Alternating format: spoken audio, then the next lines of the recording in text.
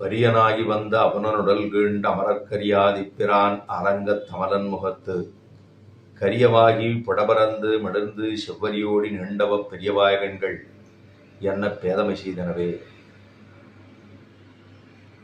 திருப்பானாழ்வார் அருளி செய்திருக்கிற அமரநாதிபிரானிலே 8ஆம் பாசுரம். இப்பாசுரத்தாலே பகவான் பெரிய பெருமாளுடைய திருக்கண்கள் எல்லாம் நீலரத்தனம் போலே ரொம்ப ஆச்சரியமாக காதளவும் நீண்டிருக்கக்கூடிய பெரியவாயகன்கள் அப்படின்னு சொன்னார்.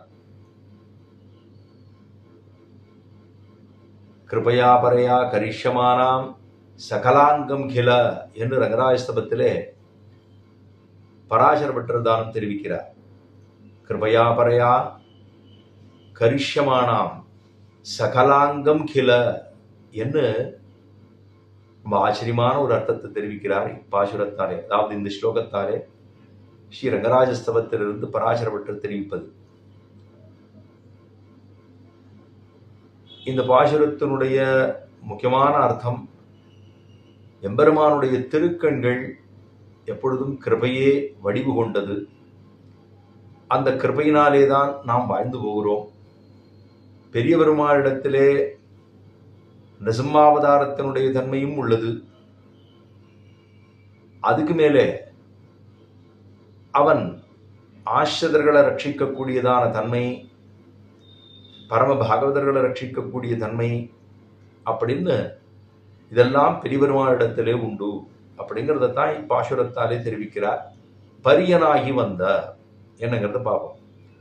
ரொம்ப பெருத்து இருந்தானா. எப்படின்னா, ஒருத்தரோட ஆரோ சண்டை பண்ணுவோம், ஆரோ வத்தலோ தொத்தலோ இருந்தா அவளோட ஜெயிக்கிறதுங்கிறது ரொம்ப ஒரு ஹாஸ்யமான பேச்சா படும். பெருமாள் பார்த்தார், நன்னா பருத்திருக்கணும்னு நிறைய வரங்கள் எல்லாம் கொடுத்து பருத்திருக்கான். அவன் நல்லா கொழுத்திருந்த பன்றி போலேங்கிறான். வியாக்கியானத்தை சொல்லும்போது பன்னி மாதிரி இருந்தான். உடலை வளர்த்திருந்தானே பன்றி போல, தவிர உள்ளத்தை வளர்க்கவில்லையேன்னு எழுதி வச்சிருக்கான். அப்படி இருந்தானாம் அவன்.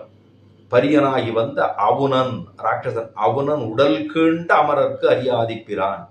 அமரர்களுக்கு, அதாவது பரியனாகி வந்த அவுணன் உடல் கீண்ட நிருசிம்மாவதாரம் தானம் எடுத்து பெருமாள், ஏன்னா அவன் வாங்கி வச்சிருக்கிற வரம் அப்படி. அதனாலே அவன் காலை கூடாது, இரவு கூடாது, மத்தியானம் கூடாது, மனிதனாலே கூடாது, மிருகத்தாலே கூடாது, ஆயுதத்தாலே கூடாது, இத்தால கூடாது, அத்தால கூடாதுன்னு சொல்லிட்டான். கடைசியா ஒன்னே ஒன்று நினைத்தான், பிரம்மாவால் சட்டிக்கப்பட்ட எந்த ஒரு வஸ்துவாலும் நமக்கு மரணம் நேரிடக்கூடாதுன்னு கேட்டான். மூச்சு விட்டுண்டார். சரி, பிரம்மாவை படைத்தவன் உண்டோ இல்லையோ அப்படின்னு அவருக்கு ஒரு தைரியம் ஏற்பட்டதான். அப்படி இருந்தவனை முடிச்சுட்டார். இப்ப நிருசிம்மாவதாரம் கூட அதுல ஒரு இடத்துல ரொம்ப ஆச்சரியமான அர்த்தத்தை கொடுத்துருக்கார். நிருசிம்மாவதாரம் கூட ஒரு க்ஷணப்பொழுது, ஒரு முகூர்த்த காலம், அப்படி சிறிது பொழுது எம்பெருமான் தோற்றினான், முடித்தான், மறைந்தான் அப்படிங்கிறது இல்லாமல் பெருமாள் எப்படி இருக்காரா? பெரிய பெருமாள் அந்த மாதிரி இல்லை.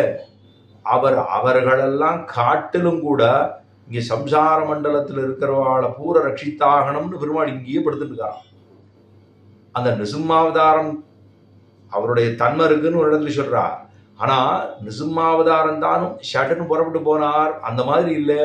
இவர் எப்படி இருக்காராம்? காலகாலத்துக்கு இங்கிருந்து கொண்டு நம்ம எல்லாம் ரட்சிக்க வேணும் என்று பெருமாள் ஆசைப்பட்டு, ஏன்னா ஒரு குழந்தை ஏதோ ஒரு அங்கஹீனனா யாரோ ஒரு குழந்தை பிறந்திருக்கு அப்படின்னு சொல்லிட்டா, 4 குழந்தைல ஒரு குழந்தைக்கு ஏதோ அங்கஹீனம், ஏதோ காலுக்கு சரியா இல்லை, கை சரியா இல்லை அப்படின்னா எப்படி வாஞ்சையானது அந்த குழந்தை மேலே தாயாருக்கும் தமப்பனாருக்கும் செல்லுமோ, அதே போல நம்ம போல இருக்கக்கூடிய சேதனர்கள் எல்லாம் உயும்படியாகத்தான் பெருமான் இத்தனை காலமும் எழுந்துருளி உள்ளான் பெரிய பெருமாள் அப்படின்னு சொல்றா அந்த இடத்துல வியாக்கியானது. ஆச்சரியமான அர்த்தம். அதுபோல அப்ப அவனுடல் கீண்ட அமரக்கரியாதிப்பிரான்.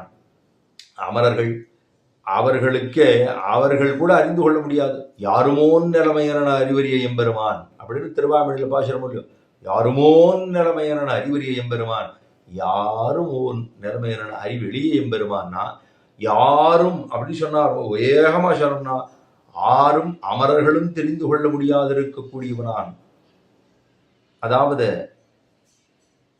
விதேயாத்மா, அதாவது இவனை பக்கத்தில் இருக்கக்கூடியவனா அவிதேயாத்மா, விதேயாத்மன். பெருமாளை எப்படி சொல்லலாம்னா, யாரும் தெரிந்து கொள்ளலாம், யாரும் தெரிந்து கொள்ள முடியாது அப்படின்னா அது உள்ளத்தில் இருக்கணும். பகவான் பிடித்தான் என்னால் ஆறும் தெரிந்து கொண்டு விடலாம். அப்ப அவனிடத்தில் துளி கூட அந்த எண்ணம் இல்லாமல் இருந்தது. அதனாலே அரிய ஆதிப்பிரானாக இருக்கக்கூடியவன் பிரம்மாவுக்கே தெரிஞ்சு விட முடியுமா? என்ன தேவா நமனேஹா நச்சாகம் நச சங்கரஹா ஜானந்தி பரமேஷ தத்துவம் பரமபதம்னு சொல்லப்படுகிறது. எனக்கும் தெரியாது, என் பிள்ளைக்கும் தெரியாது, ஆருக்கும் தெரியாது, பரமபதம்னு இருக்கு. அது யாரும் கண்டுகொள்ள முடியாமல் இருக்கக்கூடிய இடமாக இருக்குன்னு சொல்லணும்னா பிரம்மா சொல்றார், என்ன தேவாக நமனேஹா நச்சாகம் நச்ச சங்கரஹா ஜானந்தி பரமேஷ தத்துவம் பரமபதம் எங்குள்ளது அப்படிங்கிறது தெரியாதுன்னு அவர் சொல்லிக்கணும்னால், அப்ப அமரர்க்கு அரிய ஆதிப்பிரான், ஆதி எல்லாத்துக்கும் முன்பாக இருக்கக்கூடியவன், ஜகத்காரணபூதனாக பிரான் உபகாரகனாக அமரர்க்கு அரிய ஆதிப்பிரான் அரங்கத்து அமலன் முகத்து.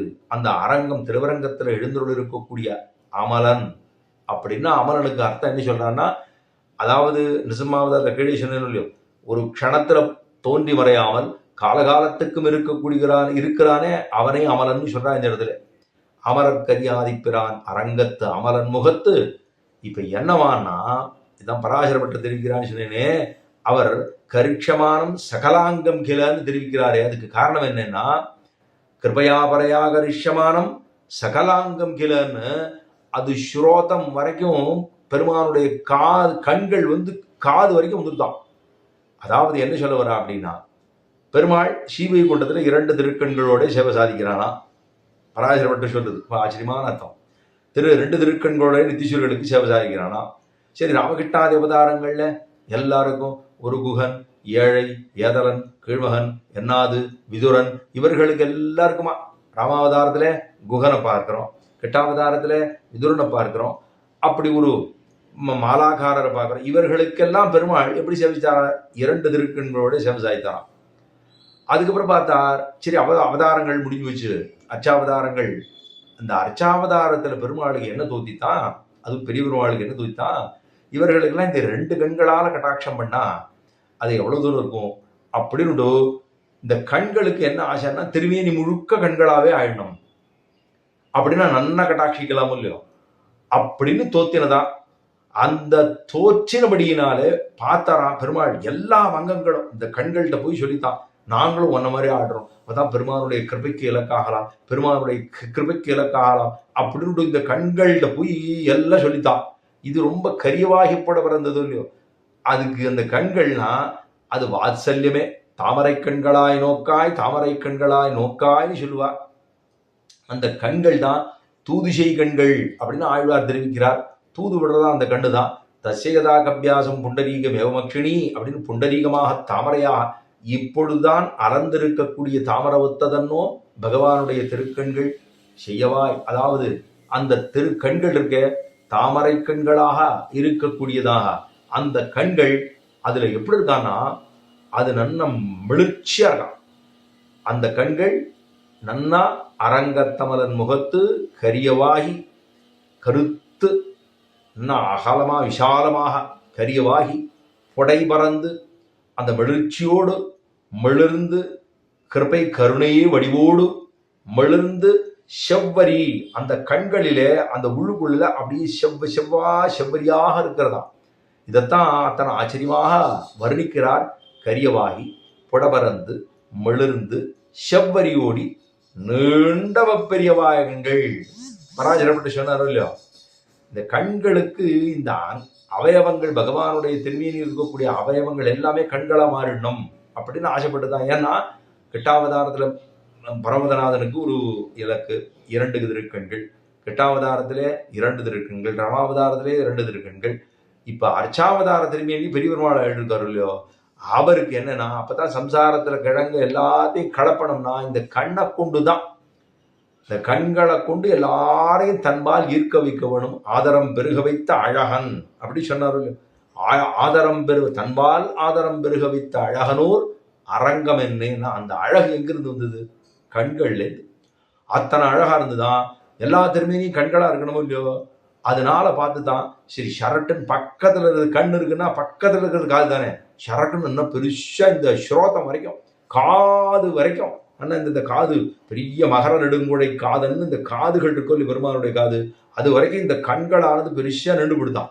அவ்வளவு பெருசு இருக்கு அப்படின்னா கிருபை. அத்தனையும் நம்ம மேல இருக்கக்கூடிய கிருபை, அவனுடைய கருணை. அந்த கருணையை பொழியும்படியாகத்தான் ஏன் ஒரு பிள்ளவரங்காவல் தாசரை எம்பெருமானார் திருத்தி படிகொண்டது இதே திருக்கண்களாலே. மணக்கால் நம்பி ஆளவந்தாரை திருத்தி படிகொண்டது இதே திருக்கண்களாலே. எத்தனை பேரை இந்த கண்களை கொண்டுதானே அத்தனை பேரை சம்பிரதாயத்துக்கே வரவழைத்தார்கள். அதே அப்பேற்பட்ட பெருமை. ஏன் இந்த ஆழ்வாரும் பெருமானுடைய கண்களை பார்த்துட்டு இந்த கண்கள் இதுவன்னோ கண்கள் அப்படின்னு கரியவாகி புடபரந்து விழுந்து செவ்வரியோடி நீண்டவ பெரியவாய் கண்கள் என்னை பேதமை செய்தன, என்னை உன்மத்தனாக விட்டது. பித்து பிடிச்சி தெரியுறேனா இந்த கண் இருக்கே என்னை அப்படி பண்ணுது, பேதமை பண்ணி வச்சுட்டு என்னை பிராந்தம் பிடிக்க வைத்தது, பைத்தியம் பிடிக்கும் நிலைமைக்கு என்னை ஆக்கியது இந்த திருக்கண்கள். அப்படின்னா இந்த கண்களை கொண்டு பெருமாள் எல்லாரையும் அவன்பாலே ஈர்த்து அவனுடைய திருவடிக்கு கீழே ஆட்படுத்தி விட்டு அப்புறம் கண்ணு கொண்டு வந்த ஒரு வட்டம், நம்ம அந்த காந்தம் இருக்கும் இல்லையோ அந்த வட்டம் இருக்கும், அந்த வட்டத்துக்கு ஒரு சுற்றா வச்சுட்டுப்பா.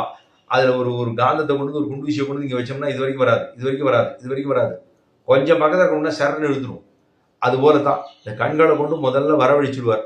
வரவழிச்சுட்டு அப்புறம் திருமேனி பூரா அனுபவிக்கும்படியாகத்தானும் அங்கே சம்சாரத்தில் இருக்கக்கூடியவர்கள் எல்லாரும் வந்து ஆட்பட வேணும். இன்னும் அவன் சயனித்து கொண்டிருக்கான்ங்கிறது பேதமை செய்தனவே, நீண்டவ பெரியவாயகன்கள் என்ன பேதமை செய்தனவே என்று ஆச்சரியமாக தெரிவிக்கிறார் ஆழ்வார். மேலும் பார்ப்போம்.